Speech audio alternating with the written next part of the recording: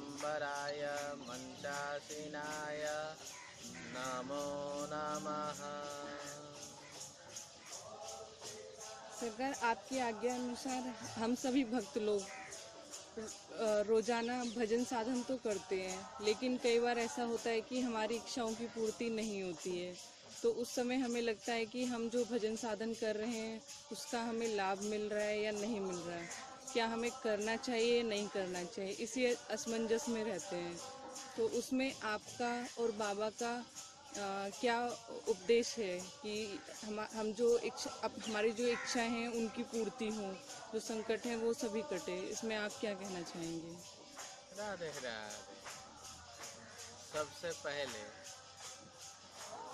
भजन साधन तो कामनाओं की पूर्ति के लिए करना ही है,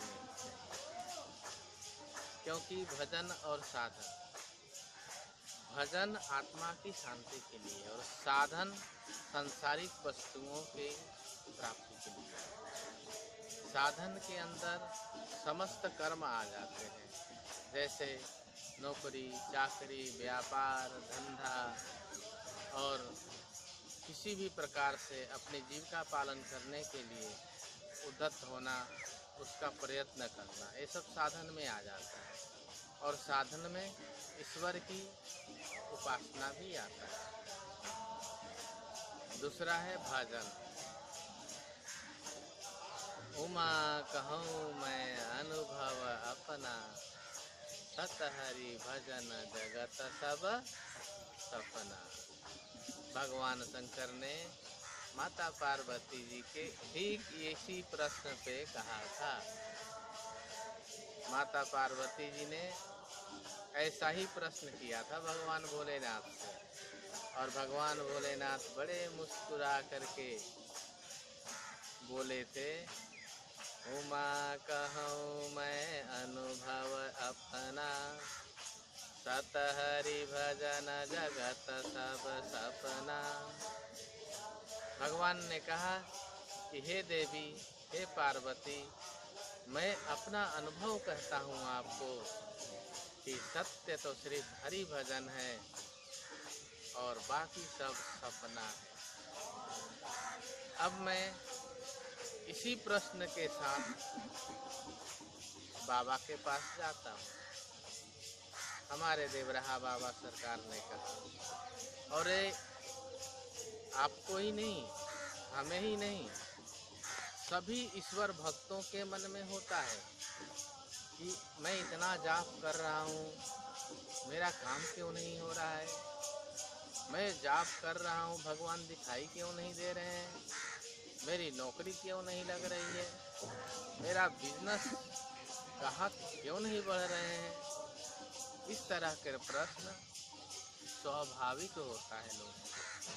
तो मेरे प्यारे बाबा के बच्चों, मैं आपको एक बहुत सुंदर बात बताने जा रहा हूँ। मेरे मन में भी यह प्रश्न आया था। मैं योग करता हूँ, ध्यान करता हूँ, और दिन जितना समय मिलता है 100-100, 200 माला जाप कर रहा हूँ, और राम जी हृदय में प्रकट नहीं हो रहे हैं। मौका लगते ही मैंने बाबा से प्रश्न कर डाला, हे गुरुदेव, हे दयानिधि, हे करुणामय, हे मेरे सरकार, मैं भजन तो कर रहा हूँ, साधन तो कर रहा हूँ, परंतु मुझे अपने इष्ट देवता, अपने राम जी की अनुभूति नहीं हो रहा है, उनकी प्राप्ति नहीं हो रही है। बाबा ने पूछा, बच्चा देवदासवा, बिल्कुल अनुभूति नहीं होता। मैंने कहा, सरकार दिखाई तो देते हैं धारणा से, लेकिन मैं चाहता हूँ उनका प्रत्यक्ष अनुभूति, प्रत्यक्ष कृपा हो उनकी। बाबा बड़ी सुंदर मुस्कान भरे, और बाबा ने कहा, बच्चा तो क्या करना चाहिए। हमने बोला, सरकार इतना भजन साधन करने पे भी ईश्वर की अनुभूति न हो तो आप मार्ग बताइए क्या करना चाहिए, या कोई और साधन कर ले। बाबा ने कहा, हाँ बच्चा, संसारी लोग यही किया करते हैं, आज हनुमान जी को पूजेंगे, काम नहीं बनेगा तो कल गणेश जी को पूजते हैं, उससे भी काम नहीं बनेगा तो कल काली माई को पूजा करते हैं।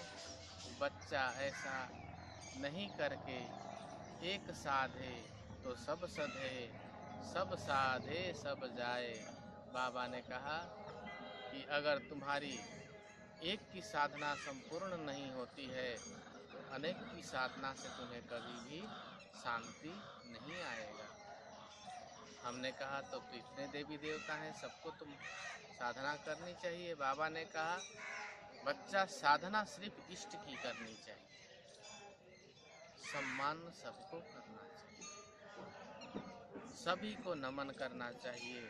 कभी किसी को ऐसा भाव न रखे किसी भी देवी देवता के प्रति कि हमारे इष्ट नहीं हैं तो मैं इनको क्यों भजूं, इनको क्यों मानूं, इनको क्यों जानूं। ऐसा नहीं करना चाहिए। फिर बाबा ने बताया मूल मंत्र और उपाय। बाबा ने कहा बच्चा देवदास तुम अधीर मत हो और मैं जो बताता हूँ उसके अनुसार चिंतन करो, तुम्हारा साधना दिन दुगना रात चौगुना बढ़ेगा। बाबा ने बताया कि बच्चा जैसे दो लकड़ियों के रगड़ कर राधे राधे